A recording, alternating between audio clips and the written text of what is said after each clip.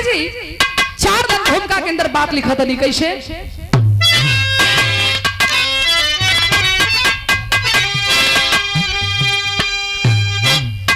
कर्म ऐसा करो जिसका प्रायश्चित ना हो,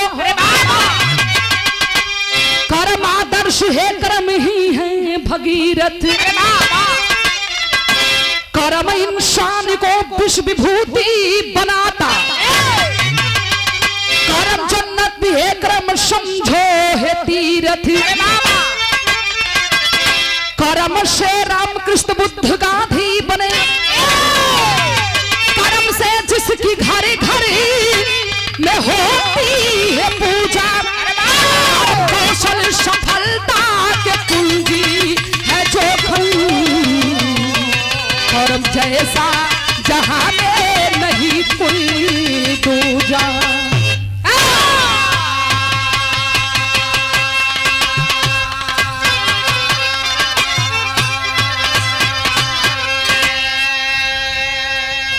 धरती पर लाख आदमी के जिंदगी व्यस्त हो, लाख आदमी अपने काम काज में व्यस्त हो, लेकिन हर आदमी के अपन कर्म कमाई करते पे ध्यान होके के चाहिए। बिरहा में एक लाइन यहाँ गजल के नमूना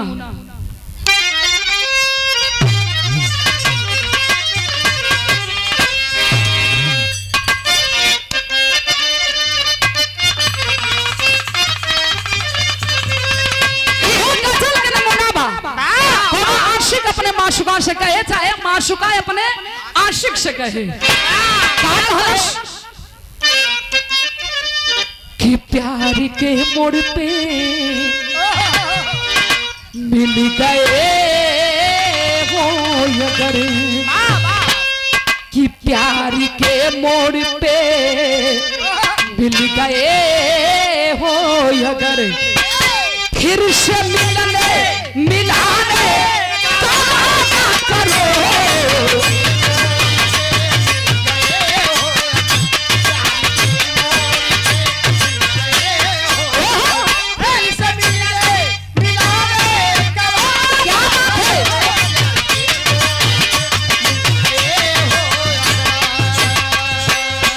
लेकिन बिरहा में कभी जी भाव लिखलन कहा नाम बा कैसे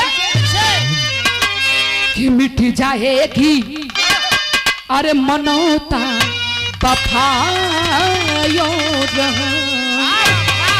कि मिट जाएगी अरे मनोता वफायो रहन, सारी नफरत में दुनिया उजड़ जाएगी,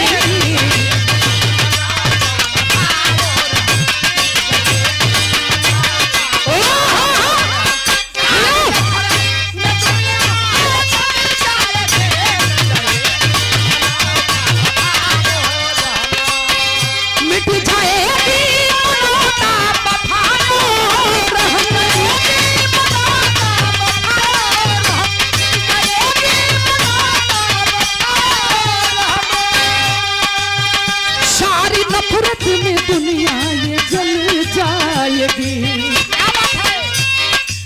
कि प्रेम उल्फत में कांटा और अंगारी है,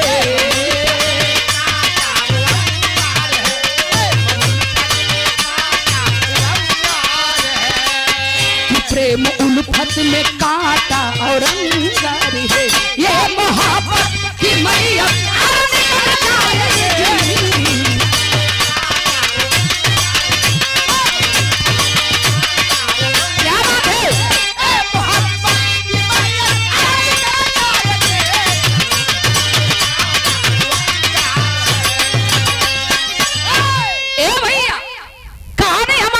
शुरुआत हो गई, केकर कहानी हो कहां से लिहल गई, कड़ी के अंदर भाव आ कैसे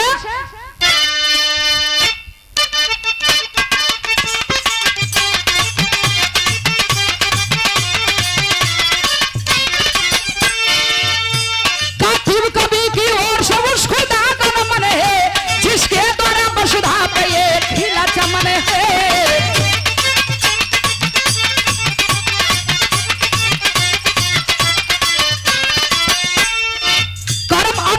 फल मिलता है जिंदगानी,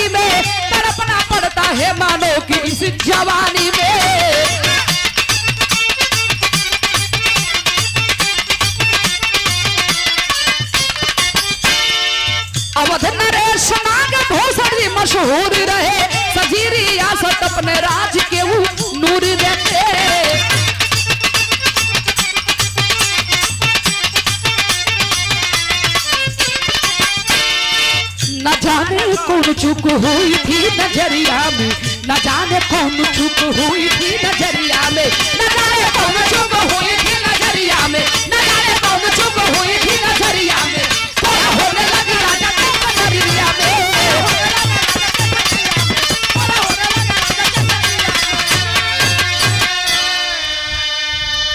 बात क्या आप लोगों ने समझ ली? अवध नरेश राजा नागभूषण बहुत नेक, बड़ा उच्च विचार के राजा, वन धन दौलत रुपया पैसा सोना चांदी सब कुछ भरल हो, लेकिन वही राजा एक बड़ा अच्छाई के काम करत रहलन, बड़ा उनके अंदर गरीबन के प्रति भाव और प्यार रहल। हजारों प्रतिदिन हजारों गरीबों के रोटी दान करते थे, वस्त्र दान करते थे, गरीब के बेटी की अपन बिटिया बना के यही जांघे पर बैठा के कन्या दान करा, बड़ा पुण्य के काम करा। राजा के बड़ा नाम होके लगल, राजा के जयकारी बने लगल। समय बीते लगले बाबू, इतना दान पुण्य करने के बावजूद में अवध नरेश राजा नागभूषण सुबेर के बेला हर राजा देखत का हुन कि हमारे शरीर में जगह जगह कोड़ के निशान बनल आवत बा। राजा के पूरे शरीरिया में हे बाबू कोड़ फूट गया, खून मवाद भी बहत बा। धीरे धीरे ये बात पूरे रियासत में पता चल गया कि जो राजा इतना दान इतना पुण्य करता था, मेरा राजा कोढ़ी बन चुका है। लोग रोवत बा कि अरे राजा आप राजा ना गरीबन के भगवान हुआ, अगर आपके प्रति गर्दन कटावे के हुई तो हम गरीब अपन गर्दन कटा दिहल जी। लेकिन एक जोगी आया, बोला नहीं राजा, ये लोग जो भी कह रहे हैं ये सब गलत है, सारे लोग झूठ बोल रहे हैं, हम जवन बतावत तनी बाबू यह सत्य है। आज के युग में बनले के सब बिगड़ले के कोई ना। आखिर वो जोगी कैलन का बिरहा में एक लाइन गीत बा, कैसे मास्टर?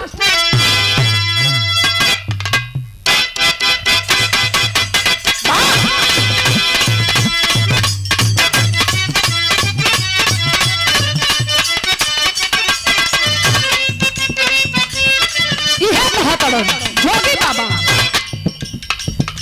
अरे ये किया है जोगी, भजन को गाया है जोगी, पहुंचा है राजा दरबार में। अरे ये किया है जोगी, भजन को गाया है जोगी, पहुंचा है राजा दरबार में। अरे ये किया है जोगी, भजन को गाया है जोगी, पहुंचा है राजा का हमारी बचन राजा, कटई कहानियां कठिन राजा, भोले योगी किसी का निदान करेंगे, भोले योगी किसी का निदान करेंगे, राजा तुझे पुष्प समान करेंगे। अरे ये किया है जोगी, फूल बरसाया है जोगी, सारे कम बजाया ये शिकार में।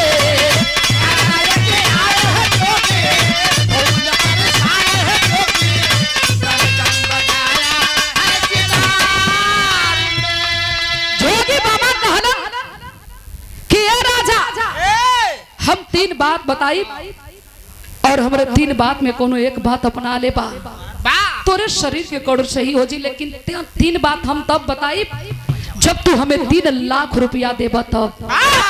3 लाख रुपया ले जाके जोगी बाबा के चरण में डाल दिए राजा साहब। जोगी बाबा पहला बात बतौलन कि अय राजा 100 दिन के बेश्या के घर में जाके वो बेश्या के सेवा करे को ही तभी तोरे शरीर के कोड़ सही हुई। अगर ये काम ना करबा तो दूसरा बार सुन ला, तोरे रियासत में ब्राह्मण क्षत्रिय वैश्य शूद्र 4 वर्ण में से कोई एक वर्ण के लोग अपन गर्दन कटवा दी, ओकरे खून से तू नहवावल जीबा, तोरे शरीर के कोड़ सही हो जी। अगर ये काम ना करबा तो तीसरा बात सुन ला, जाके बनारस काशी के धरती पर राजा हरिश्चंद्र घाट पर 100 दिन मुर्दा जलैबा, तभी तोरे शरीर के कोड़ सही हुई।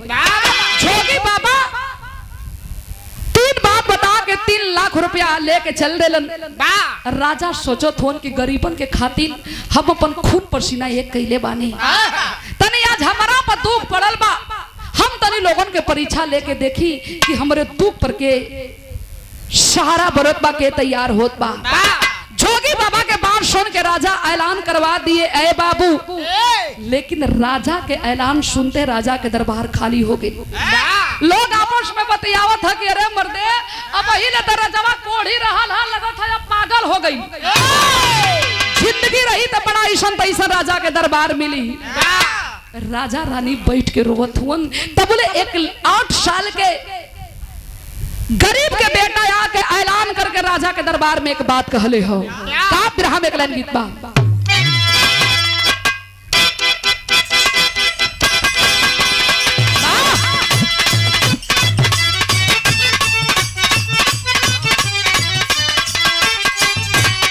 ये तरज के नमूना बा।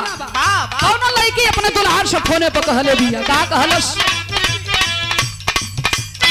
होता बाहा जहानी अब जियानी राजा जी, होता बाजाने अब जियाने राजा जी, होता बाजाने अब जियाने राजा जी, होता बाहा जहानी अब जियाने राजा जी, गमनवा कहिया ले बाना, गमनवा कहिया ले बाना, देहिया खाए सरिज सलवा, गमनवा कहिया ले बाना, देहिया खाए सरिज सलवा, गमनवा कहिया ले बाना, देहिया खाए सरिज सलवा, गमनवा कहिया ले बाना।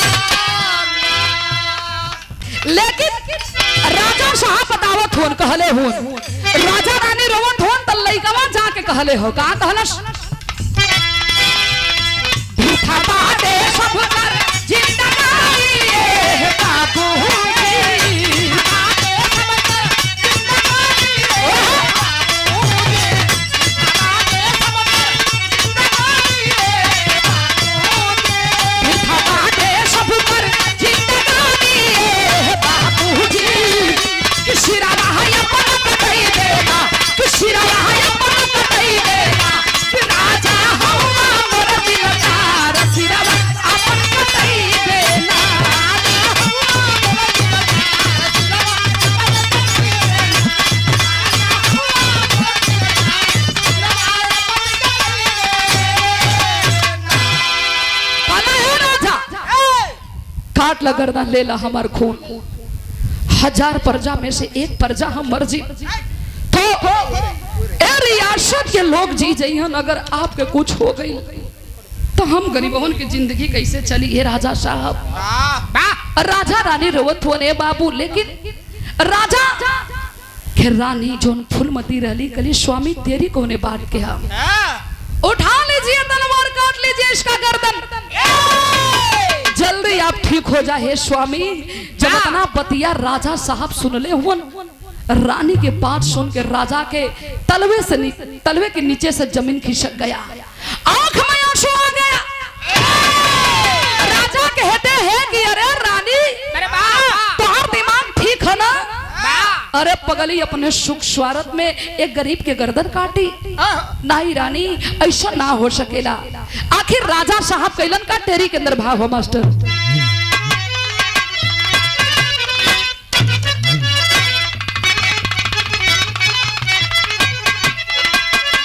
अरे गुलशन में कब तरुणाई ना, अरे गुलशन में,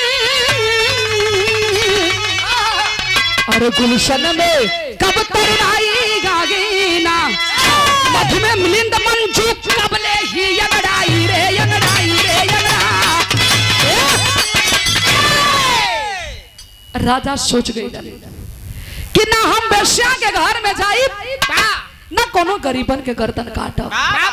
आखिर राजा अपने रानी से कहत का हुन, ब्रह्म एक लाइन गीत बा,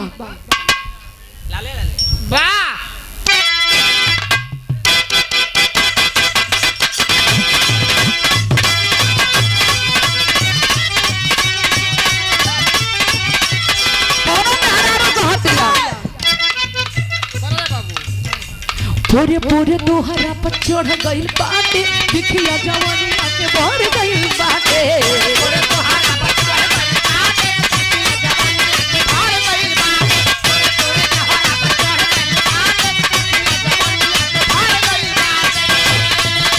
पोरे पोरे तोहरा पर चढ़ गई बाटे चिखिया जवनिया के भर गई बाटे कनिया जान गई लो बोल के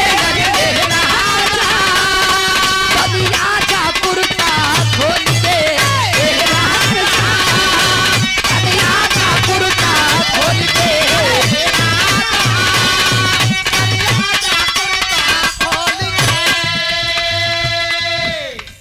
लेकिन राजा साहब अपने रानी से कहले हूँ का कहलन जहाँ बाटे पावन शिव शंकर के नगरिया कहे बीरबल धार जहाँ गंगा की लहरिया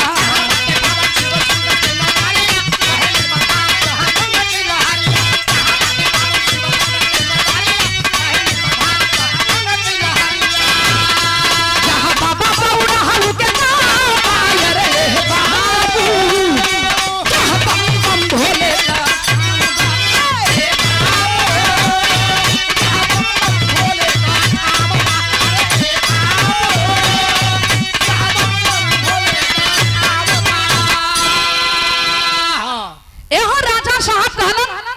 कि ना हम बेश्या के घर में जाई ना केहू के गर्दन काटा ए बाबू राज के ताज उतार के ले जाके राज सिंहासन पर रख दिए जोगी वस्त्र पहन के राजा अपने राजमहल के छोड़ के रियासत छोड़ के जब चलन हुन तो पहले का पापड़ के अंदर भाव मास्टर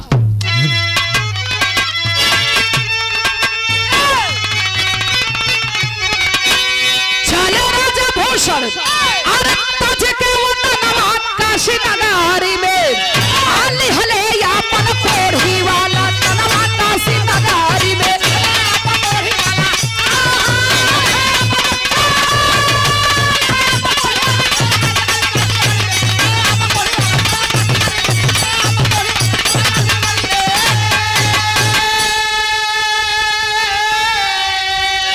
यह कर्म के फेर बंदे मुर्दा जहाँ जहाँ हो राजा हो के राजमहल के दिनवा अपन पिता हो असमसान पमारा नितिया मनवा काशी नगारी में खिले लागल काशी नगारी में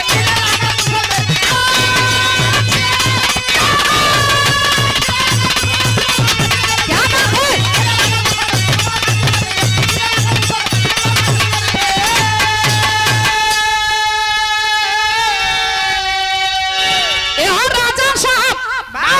झोने राजा के मखमली से 56 प्रकार के व्यंजन खाए बदे कोई जरूरी नहीं है बाबू कि जिंदगी में धन दौलत रुपया पैसा ही सब कुछ माने रखेला लाख जिंदगी व्यस्त हो आदमी के अपने काम काज अपने कर्तव्य पर कमाई पर ध्यान होके के चाहिए झोने राजा के मखमली से 56 प्रकार के व्यंजन खाए बदे घास पात नोच के खात हुन घूमते घूमते बनारस काशी के धरती पर गईलन बाबा विश्वनाथ के दर्शन करके राजा हरिचंद्र घाट पर बैठ के मुर्दा जलावे लगलन मुर्दा जलावत जलावत जब 100 दिन के दिन पूरा भइल हो गंगा में गोता मार के जब राजा साहब किनार पर भइलन तो भइल का आल्हा के अंदर भाव हो मास्टर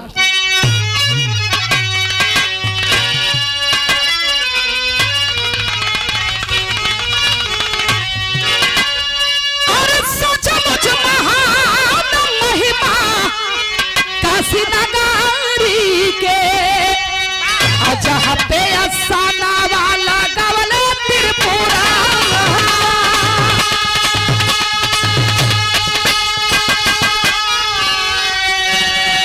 राजा हरि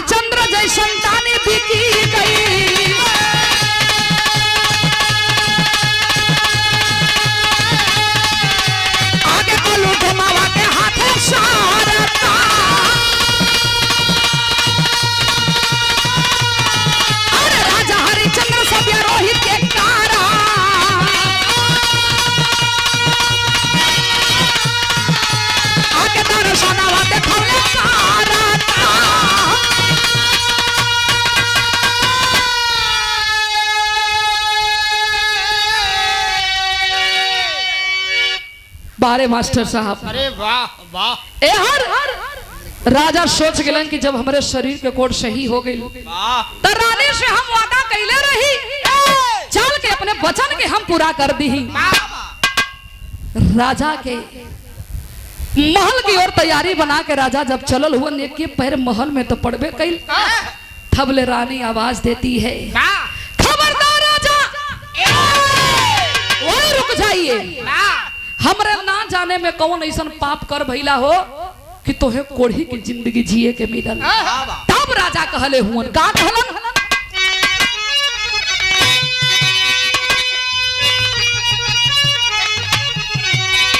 कौने कर्म कांड में राजा के अरे है लुटाइल धनवा, एही काशी के नगरिया पवले पावन तनवा।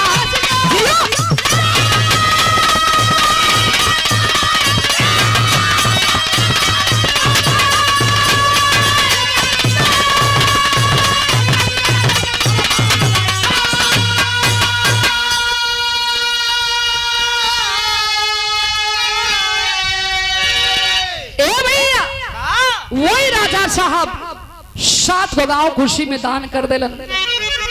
जोगी बाबा 3 बात बता के 3 लाख रुपया लेके गई रहलन। घूमत फिरत अलन, कलन राजा तोरे शरीर के कोड सही हो गइल? कल हाँ बाबा सही हो गइल। कलन जब तोरे शरीर के कोड सही हो गइल तब हम 3 बात बतौले रही, तू हमें 3 लाख रुपया देले रहला। भाई अपन रुपया पकड़ा। 3 लाख रुपया दे के और फटही लुगरी एक रोटी लेके जोगी बाबा चल दिए राजा के दरबार से। राजा रानी के पलक झपकल, उतने में जोगी बाबा अंतर ध्यान हो गए। ऐ बिरहा सुनने वाले बाबू, यही से बतावल गइल कि कौने रूप में भगवान मिल जीहन एक एक कोई नहीं जानत। आखिरी में भाव